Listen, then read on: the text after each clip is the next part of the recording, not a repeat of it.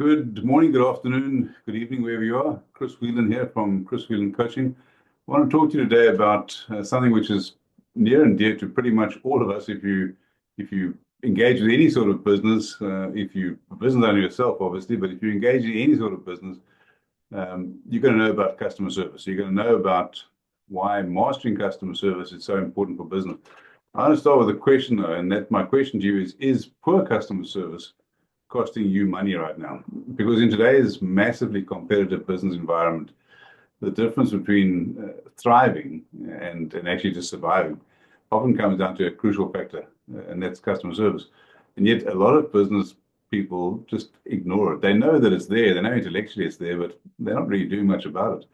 And it's not just about being polite. Let's be very clear. That is kind of an absolute minimum. It's about creating loyal customers who tell others about your business and they become raving fans. And so they become your marketing team. It's not just about, as I say, being polite. Here's the problem. Mediocre customer service is, to my mind, the silent killer of businesses, because what happens is that disappointed customers often don't come and tell you, by the way, I was unhappy, or they don't tell you why. They just disappear. They never come back. And even worse, when they never come back, they take their bad experiences and they share them, right? They don't keep quiet about it. They tell other people, and you don't even know about that you've given them bad service. And so that is the silent killer. It damages your reputation, it destroys your profits, and that mediocre good enough just isn't, right? So I want to talk about getting good customer service, because if you ignore it, you could be losing customers, revenue, and of course profit, and you could be doing it without even, as I say, without even realizing it. So let's look at what good things come about when you have good customer service. And I'm going to just classify them. I'm going to give you three of them. Firstly, repeat business and referrals, right? Repeat business and referrals, because your customers keep coming back. They tell their mates about it, and their friends start buying from you as well. And no matter what business you're in, whether you're in a restaurant, whether you're a plumber, whether you're a lawyer, people talk, right? They either talk for good or they talk for bad. And if you do it well, it'll be good customer service. They come back, right, and get repeat business, and you get referrals. So that's number one. Number two, through that, your brand absolutely gets magnified, and magnified massively positively. Great customer service. Imagine, when was the last time you went into a restaurant, you and your wife, you and your husband, partner, whichever, and you had fantastic service, and you walked out thinking, wow, I'm going to tell other people about it, right? So you go back to that restaurant, you tell your mates, the brand of the restaurant goes up. Think about the last time you did that versus the last time you had really, really poor customer service. And how did you react to that differently? So get it right, your brand goes up. The other point, and we've kind of hinted at it already, is that when your customers become your raving fans, your marketing costs go down because you don't have to do so much marketing. You get repeat business all the time in referrals. So exceptional customer service, what I call exceptional customer service, isn't just about keeping people happy.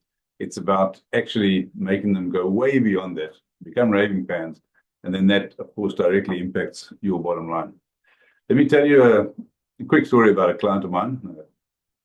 They were really struggling with, not with good customer service, but with inconsistent service delivery. Their customers were leaving. As I said, it was the sort of the silent killer. So what we did is we worked very hard to master the basics of doing the right thing every single time. Now, imagine you're a coffee shop or something like that, and your brand promise is to deliver hot coffee consistently every single time. Now, you might have great decor, you might have smiling staff, but if your coffee is useless, that's not great customer service, right? So in their case, they weren't being consistent in their service delivery. What we did, we spent time making sure that the process of delivering the service was mapped out.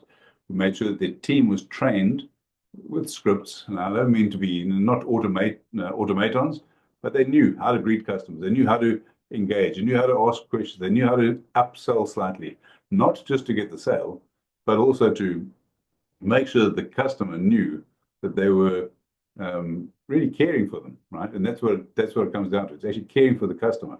So we did that. And it took us 3 or 4 months, but we did it, and we drove the consistency.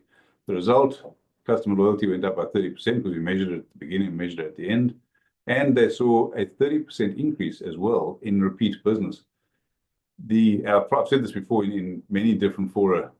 Your most profitable business is repeat business. The customers became their biggest advocates. And what we're now seeing is that that's starting to drive, because this has been going on for 8 or 9 months now, starting to drive their repeat business and their referrals, sorry. That means the bottom line, it'll be interesting to see, compare this year to last year, or this current financial year to last financial year. But I have no doubt that that's going to be picking up as well. So the power of exceptional customer service has given them that. The other point that I'd make, though, is that the business owner, the client that I'm referring to, also has a greater sense of personal satisfaction, because he now knows that his team is trained properly. Yes, he's still there a lot of the time, and we'll work on that next. But he also knows that the thing that he loves, which is helping people, running a great business, is now actually going in the right direction. So there's a lot to be said for it. So how do you turn, as a general rule, how do you turn okay customer service from a liability into a great competitive advantage? I'm going to give you 5 key steps. Number 1, define what for you are absolute non-negotiables, things you could die in a ditch for. Set very, very, very clear standards, because the tone does start with you as the business owner. Right? These are things which you simply will not tolerate not having. So go back to the coffee example. Hot coffee delivered within, let's call it 2 months. Let's just say that was your non-negotiables. So define what your non-negotiables are. Number 2, I would say, and you could argue that these are not necessarily in chronological order, hire for attitude and train for skill. You can always train people to be better baristas, or you can always train people to be better plumbers, or better lawyers, better whatever. But you can't necessarily train for attitude. You can't train for character. I talk about the 4 C's of hiring. It's character, calling, chemistry, and competence. Competence has to be there, absolutely. But if the character is not there, you're wasting your time. Number 3, have consistent training and development. And what do I mean by that? I'm not saying send all your staff off on month-long training programs, but having and investing in short, regular training sessions. You could do it in your toolbox meetings. You could do it weekly. You could do it, if you want to do it once a month, you could do once a month. But invest in training and development for your staff and for yourself. Because my experience is that the limit to the business growth is not about the economy out there. It's about the investment you put into yourself. When you do that, and you do that with your team, that's when your business and your organization really takes off. So that's number 3. Number 4 is to measure. You need to measure things to improve them. Use good feedback loops, net promoter scores. Speak to your customers. Ask them what they would like to see being done differently or better.